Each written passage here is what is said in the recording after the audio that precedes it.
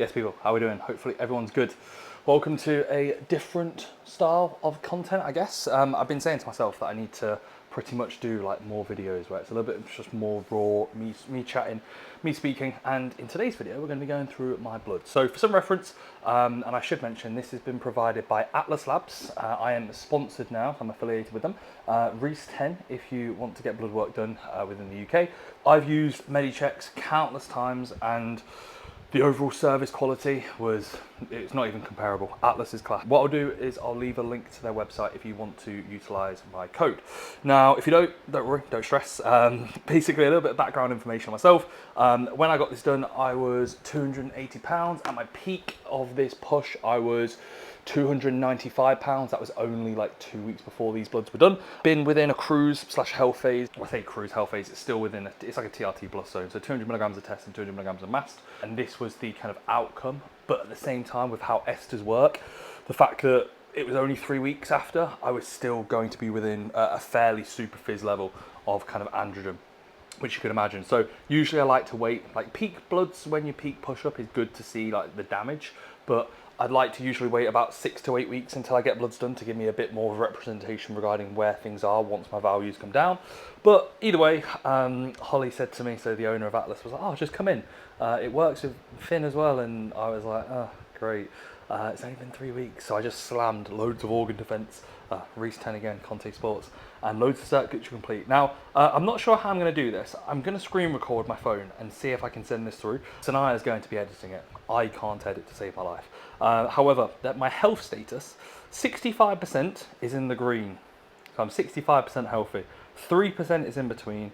32% is out of range. Now, a lot of it is going to be things we'll go through. So like my BMI is like 30, over 30 is obese. I'm 38.1. So I'm literally, there's like a little bit more till I'm like maxed out. So next push-up phase. Yeah, that's what we're going for. My waist to hip ratio was moderate risk, but it was 1. My blood pressure, a little bit in the higher end. As we can see, like if it says 0.2 to 0.8 optimal, mine was 1.13, so a little bit higher. This was done in the afternoon, post-workout, with caffeine. I also, because I'm dieting, I took 40 micrograms of Clen in the morning.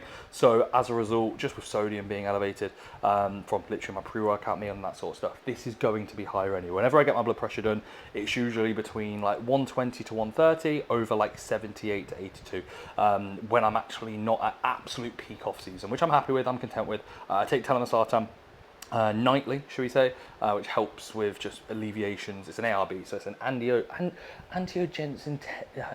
angiotensin receptor blocker. I've said that incorrectly. It's an ARB. That's what I'm going to say, because I can never pronounce it for some reason. Now, my heart health. My cholesterol, now this is something that was slightly elevated after prep last year. Now, obviously, going from like 230-ish pounds all the way to pretty much like 295 over a 15 to 16 month pushing phase split up into 2. It's inevitable that my cholesterol was potentially going to be a little bit worse. So my total cholesterol is a little bit above the reference range for like peak. My LDL was at 4.92, desirables under 3, so a little bit higher there. It's almost into the very high sort of section, and then my HDL is going to be on the lower end, and then my total cholesterol balance was 7.39, where anything let's say heavy more than 5 is a little bit kind of high. But again, I look at that ratio and I think, especially with the situation that I've kind of got my bloods in, this is relatively acceptable, and this will come down with my diet cleaning up in regards to just less total calories, less body weight, less body fat, all that sorts of stuff. Otherwise, when it comes to, if we go into pretty much my diabetes health, my blood glucose, incredibly low as always. This is something that has always been the case. I cannot walk for more than maybe 10 minutes to 20 minutes if I haven't had a meal. Like, let's say if I do 2 walks consecutively without a meal, I always go extremely sort of like, I get low blood sugar symptoms. The amount of times that I'll have to have like a chewing gum, like a sugar-free chewing gum, or like have like a Pepsi Max or something, especially when I'm dieting. It was always really, really bad when I was in my teens, before I really understood kind of how my body works. It's more so genetics. My family's always been the same. So I go hypo really, really easy within dieting and even within growth phases. If anything, more so within growth phases. And then you mix that in with like Lantus, so slow-acting insulin, stuff like that. It can be a bit of a concoction for a mess, but also it means my body is pretty sensitive to nutrients. I don't don't ever really need to, I don't really ever get to the point where I, like, let's say amateur point where I need to alleviate, let's say potential, let's say kind of pancreas stress, because my body's just slammed with loads of carbs, and to a point where it ends up just being where I'm like, oh shit, my blood glucose is out of range for a negative, where it's actually too high, where mine's always on the lower end, which in a bodybuilding sense isn't a bad thing, other than just going hyper when you fucking diet. Metabolic syndrome, sound, body mass index, obviously that's going to be the case. Kidney health, my creatinine, this is going to be higher when you train. It's 124 over 97 to high, going to be expected. Urea, again, this is something, you eat a lot of food, eat a lot of protein, is going to be the case. Liver health, this is sound, so moderately where it needs to be. So ALT, AST, pretty much where I'd imagine them to be. Muscle and joint health, my creatine kinase is at 1098. One of the highest I've seen, bearing in mind that this was literally the day of a training day, yes, but I took a rest day the day before. So yeah, like almost 4 times the reference range, which explains why I'm fucking ruined constantly. But yeah, that's that. Thyroid is a little bit high. Not really a surprise. I actually take T4 just because taking growth hormone. I'm not actually taking growth hormone currently, but when I do take growth hormone, it has resulted in my thyroid being a little bit funky. My T3 levels have always been sound, more so like my T4 levels, which again is common when you take growth hormone. Other than that, we go into my testosterone, 53 nanomole. Admittedly, I honestly thought it would be a little bit higher, considering that I'm taking 200 milligrams of testosterone a week. I was at my peak taking over 500 milligrams, and because it had only been 3 weeks, ester-wise, I didn't think I'd be down to a point where whenever I've had bloods done before, on 200 milligrams of test, that seems to put me on like 35 to 40 nanomole. So it's a little bit of a surprise. I'd imagine it probably would maybe if I got them done another week or maybe 2, that would probably be putting me at like higher end of the 40s, lower end of the 40s, and kind of into that range that I usually would sit at. But 53 nanomole is fine, it's expected. Well, it's not expected, but it's not something I need to really worry about. Just got too much fucking tests, bro. Need to get up to like 1,000 in my off season. No, I don't. Hormonal health. DHEAs expected a little bit on the lower end. FSH and LH, so basically these are the light bulbs for your body to produce natural hormone. The fact that obviously my body's not going to produce them because I'm taking them externally is not really too much of a surprise. So those are always going to be baseline. These are things that if you were to do like one cycle and you get these readings back and they're still within range, you wouldn't need to really PCT.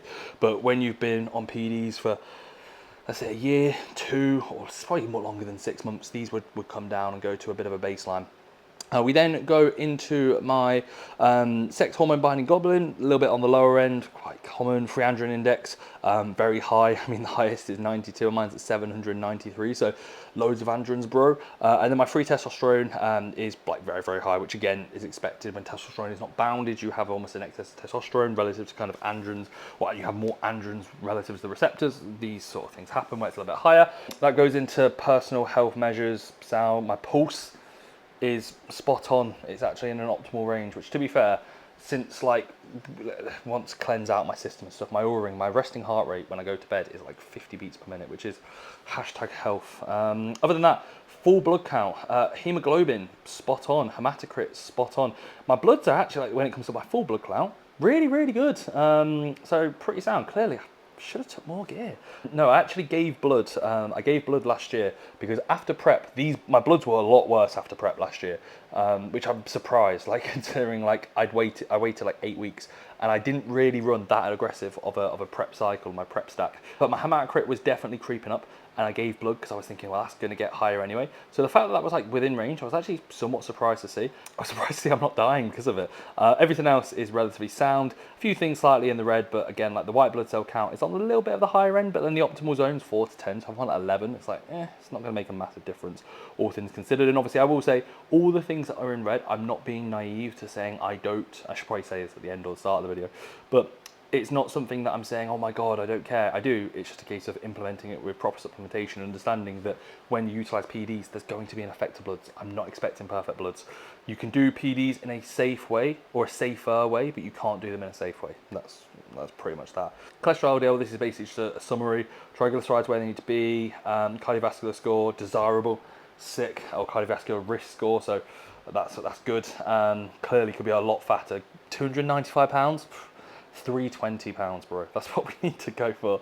Otherwise, everything else, metabolic syndrome, like everything seems pretty good there. no real complaints. And then we go into like literally kidney health, which again, no real complaints. EGFR, that's usually something that like we start to see serious issues with, especially within bodybuilding. 71, so my kidneys are really good. I need to get some, yeah, kidney, wow, okay, I really need to up the fucking trend next time, that's for sure. I'm joking, please don't think I'm being serious. Kind of being serious, a little bit being serious. Liver health, all good. Pretty much everything's spot on there as imaginable. And then nutritional health, everything is sound. So clearly my off-season diet of 7,000 calories and then running pretty much like pro fats on rest days recently has resulted in me being in a pretty good spot health-wise. So thyroid, sound, even like there, like FT4, so thoraxine, I think that's how you pronounce it, only at 16.1. Which is mental, because I take 100 micrograms of T4 a day, and that still just puts me within the optimal range. Where the last time I got this done, it was genuinely like 2 or 1, which was incredibly low. Stress health, cortisol, sound, testosterone, high. Hormonal health, everything here seems relatively fine. I've kind of just gone through things. And then towards the end, you get everything kind of wrote up and summarized. So if you guys are looking at this and you're thinking, wow, that looks really cool, go to Atlas Labs. It's very, very good. So to summarize, only being 3 weeks, or now it's 3.5 weeks, but 3 weeks into a health phase and seeing bloods like that, it's obviously one of those where like, if I was to just have that, I could easily go, okay, cool, let's go back into a pushing up period of PDs, but it's not needed. I'm dieting right now. I'm in a pre-prep diet. You don't need that much gear to maintain muscle when it comes to actually pulling back. And also at the same time, I'm young. I'm not in the game where I'm thinking, fucking hell, I want to be just blasting year round. I've always done things in the safest way possible, and I will continue to do that till I'd say goals change, but my goals, I won't need to be taking loads and loads and loads. It'll be a case where I can get away with like a peak dosage of probably, let's say, I don't know, at absolute most, probably 20 meg per kilo. So if I'm 130 kilos, if I was to be taking 2.6 grams, that would be the absolute peak. And I've never even got close to that. So that would be probably the most I'd be wanting to go to when it comes to within open bodybuilding personally within an off season. But we'll see. I don't really have an issue growing muscle, luckily. And when it comes to dieting, I can get lean pretty easily, as I'm already 14 kilos down in 2.5 weeks, which is quite funny from this little pre-prep diet. So the guys listening from the States, or like guys that work in like pounds, it's like what, 35 pounds, 34, 35 pounds. But either way, that is the video. I've got Sanaa, like I said, to edit this. So I'm not sure what she's gonna do or anything like that. However, those are my bloods. Good to hear that I'm not fucking dying. And as a result, like, long may the channel survive. Please like, comment, subscribe, and then maybe you'll see another review of these. I'd like to get them done after prep next year, because it would be good to see the difference. I'm going to get them done anyway, but it'd be good to do a video, because I got my bloods done from last year's prep, and I was like, right, okay, they weren't bad, they were just worse than that. So, like I said, clearly I needed to get to 300 pounds plus. So that's that. Hopefully everyone's enjoyed. Any questions, drop them below. And that's that. Peace. See you later.